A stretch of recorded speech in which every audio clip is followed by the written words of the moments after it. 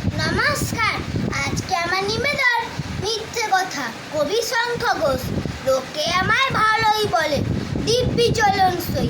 দোষের মধ্যে একটু নাকি মিথ্যে কথা কই। ঘাটশিলাতে যাবার পথে ট্রেন ছুটেছে যখন, মায়ের কাছে বাবার কাছে করছি বকম বকম। হঠাৎ দেখি মাঠের মধ্যে চলন্ত সব গাছে এক এক রকম ভঙ্গি ফুটে এক এক রকম নাচে। ও মা, দেখো নৃত্যনাট্য। যেই বলেছি আমি, মা বকে দেয়, বড্ড তোমার বেঁচে বাজলামি। চিড়িয়াখানার নাম জানো তো?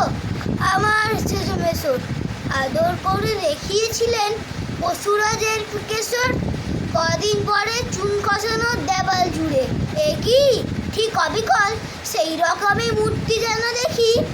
ক্লাসের মধ্যে যেই বলেছি সুরঞ্জনার কাছে, জানিস আমার ঘরের মধ্যে সিংহ বাঁধা আছে। শুনতে পেয়ে দিদি উড়ি অমনি বলেন, শোনো, এসব কথা আবার যেন না শুনি কখনো। বলি না তাই সেসব কথা, সামলে থাকি খুব, কিন্তু সেদিন হয়েছে কি এমনি বেয়াকুব। আকাশ পাড়ে আবারও চোখ গিয়েছে আটকে, শরৎ মেঘে দেখতে পেলাম রবীন্দ্রনাথকে। নমস্কার।